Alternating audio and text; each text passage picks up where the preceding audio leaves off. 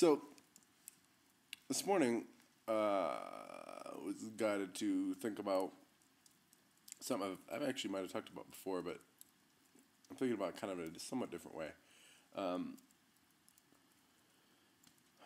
Jesus said he went and washed all the disciples' feet, and then he said, just as your Lord and Master has washed your feet, go and wash each other's feet.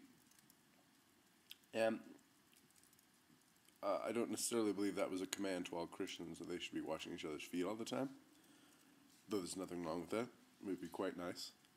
But you don't see that happening in churches, where it's like, hey, we've got a bunch of buckets. Today's the day everybody washes each other's feet. I think, there would be something kind of nice about that. But we are called to be children of God, to be Christ-like in everything we do, even from the most high to the smallest.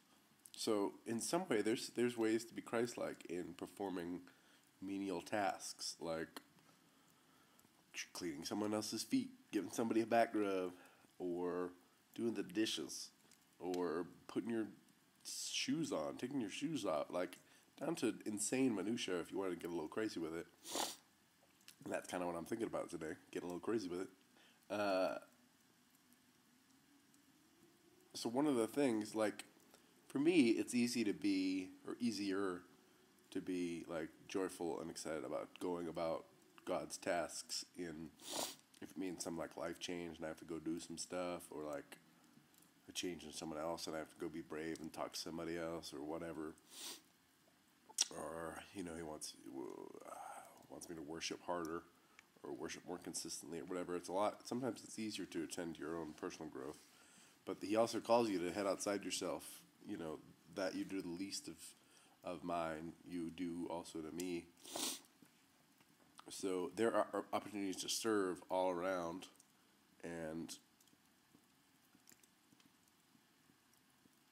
can you hear that popping in the fire?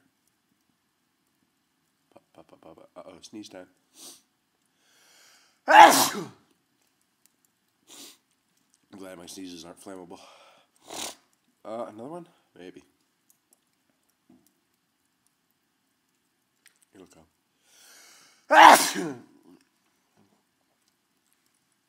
So, yet another thing I need to lay at God's feet and ask him to help me with is to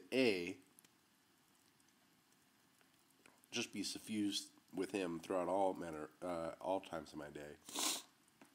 I think I was talking the other day about how I can be cautious, or I can, like, sort of just make snap judgments in my head about what God wants to and doesn't want to be involved with. Golly. And then he wants me involved in everything, and that's every project of your life, every endeavor. But I truly believe it's every moment. So it's little crazy things, too. It's every time someone's placed in your zone, every time you're huddled with friends around a fire, metaphorically or literally, it's an opportunity to serve. I think I'm allergic to fire, or at least the ash. It's an opportunity to serve him, to serve them, to serve him through them. Ultimately, even really, if you want to get down to brass tacks, to serve yourself by drawing closer to the one who created you.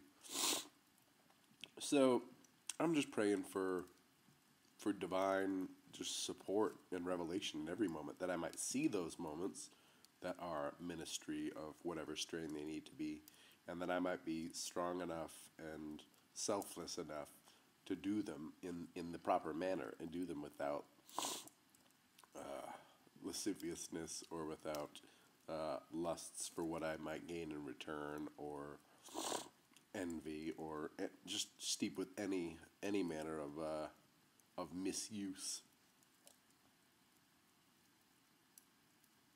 So that's what I'm looking for today and tomorrow and tomorrow and tomorrow. And we're stuck at the cabin right now because every day I've not been able to get up before 11:30. We don't have a clock downstairs, and I thought today, probably early today, probably like 9:30, maybe 10. Heck no. And so we get up and everybody's gone, which means the car's gone, so Archie and I are stuck here today. But that'll be fun, so perhaps I'll have many opportunities to serve my beautiful wife in divine ways. We'll see how that plays out. Peace and love to all, and I'm going to get away from this fire because it's making me sneeze.